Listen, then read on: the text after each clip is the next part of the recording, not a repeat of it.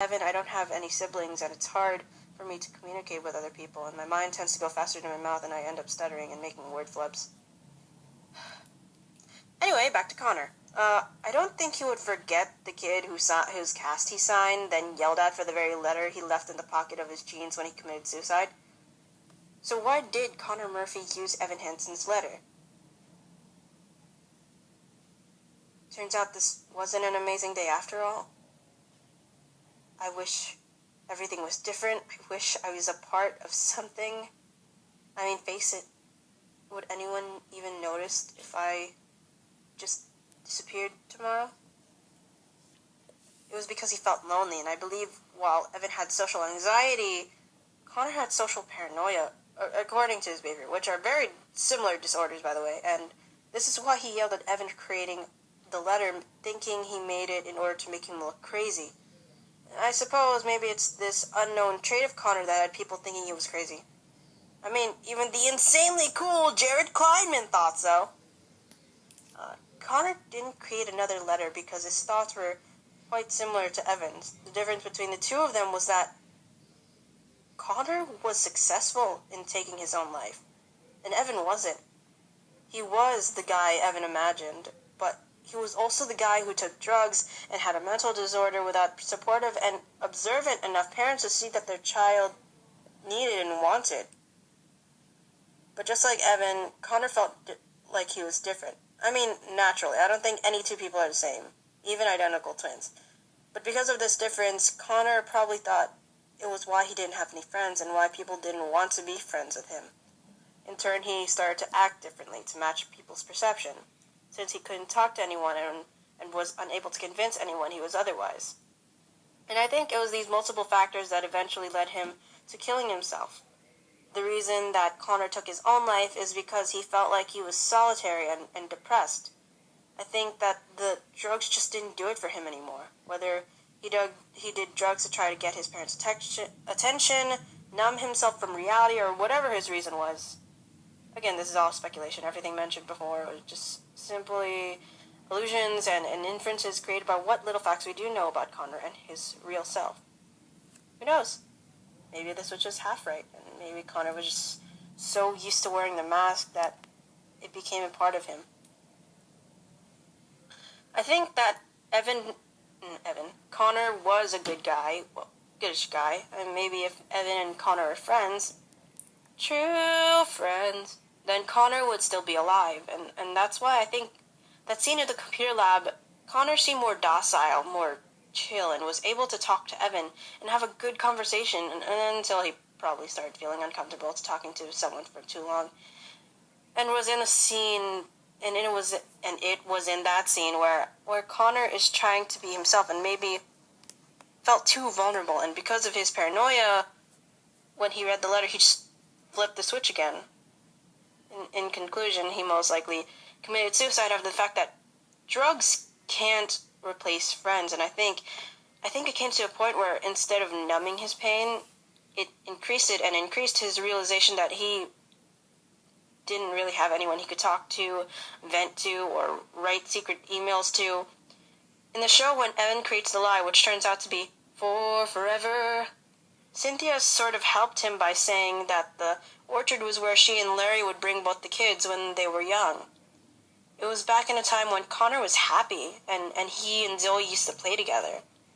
I believe that Connor was a good kid, he just fell down the rabbit hole. Except this one had a bottom to it. Too far?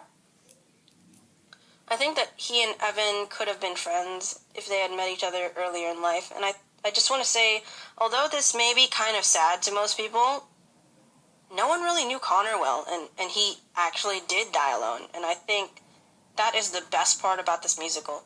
Now, before you go all, Nameless, you heartless soul, let me explain.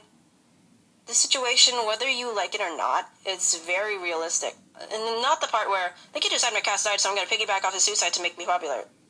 But the fact that no one knows the true reason why he committed suicide.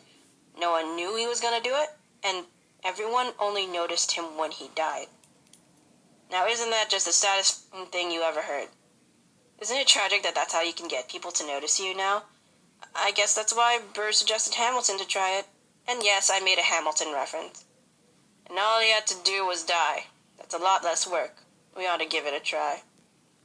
Which again is true. In an interview, Lin-Manuel Miranda stated that before he read the book that inspired him to create Hamilton, he only knew that Hamilton got shot by Aaron Burr. I just wish that Connor didn't feel forgotten, feel like he should disappear, feel like if he fell, it wouldn't matter because no one would hear. But see, the thing is that someone will always be there for you. If only Connor knew so that he wouldn't have felt so alone. If only... If I could tell him everything I see, but we're a million worlds apart. But, you know, you 6 feet under. Too far? Again? But on a more serious note, depression is a serious thing that many people in this world face. Suicide is the 10th leading cause of death in America. And you know, it's kind of depressing that it's even in the top 10. Like, So, if there are people in your life who are hurting you, verbally or physically, there's no point in killing yourself because you will let them win by killing yourself. If it's not caused by others and it was just something that hit you hard out of nowhere, like me, to me, depression is like one of those horror movies where the calls are coming from inside the house. And anyway, please know that life is such a precious thing that many people take for granted. But, you know, sometimes after all the calls you've picked up, there are some people who grow tired and then eventually they leave one missed call. And that missed call is their suicide note. Their last thought. Anyway, this is myself and how I view depression. I don't want to speak for everyone who has had some thoughts as well, because everyone's experience in life is different. Everyone has different outlooks and trains of thought. But whenever I feel depressed, I have a good list of songs, and I find that music helps me let my feelings out and makes me feel better. And so here are my recommendations. I listen to these to get my feelings out, and then I listen to a happier or nostalgic song to make me feel better after I let it all out. I listen. I think you guys know by now that I probably sing most of these most of the time. Songs that are attached to a good memory generally help me get rid of most of the bad stuff in my mind. You know, it's a popular thing for people my generation to say that they're dead inside, and some say it seriously and some say it jokingly, which is sad that it has come to a point where it becomes a common joke or saying now when it shouldn't be. But, you know, I'm not dead inside. If I never actually live, you know, I'm still a teenager, I'm still in school, and although I've already lived this long, I feel like my mental age is at about 4 days old. I know that no matter how bad things get today, there's still tomorrow where we can start anew. Ooh, that sounds like a quote. Make it happen, people. Make that a quote. My name is Philip, and I'm a poet. Okay. Back to the topic of depression/mental health.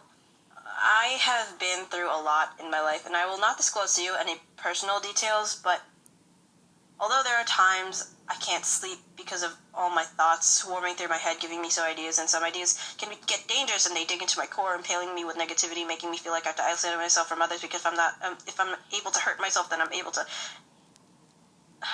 hurt others. I'm afraid of what I can do to others, and it can be overwhelming sometimes, but you know, I decided that I won't let that side of me win.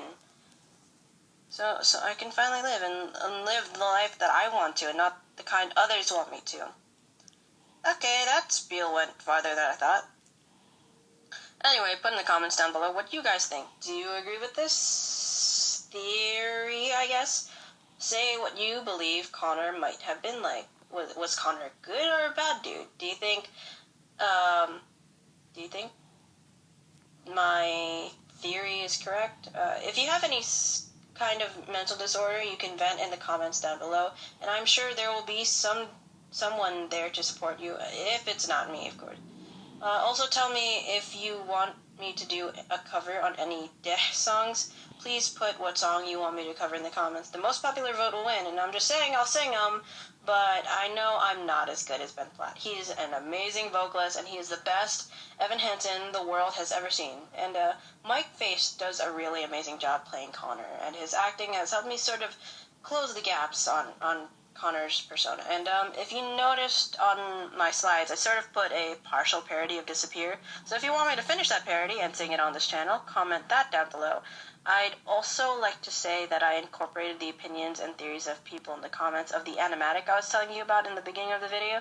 So I'd like to say a quick thank you to Malaya Hugh, Katin Strudel, Kimberly Christie, and Roxy Kitty Mittens. Thank you very much, and thank you for watching this video. I hope you enjoy. See you later.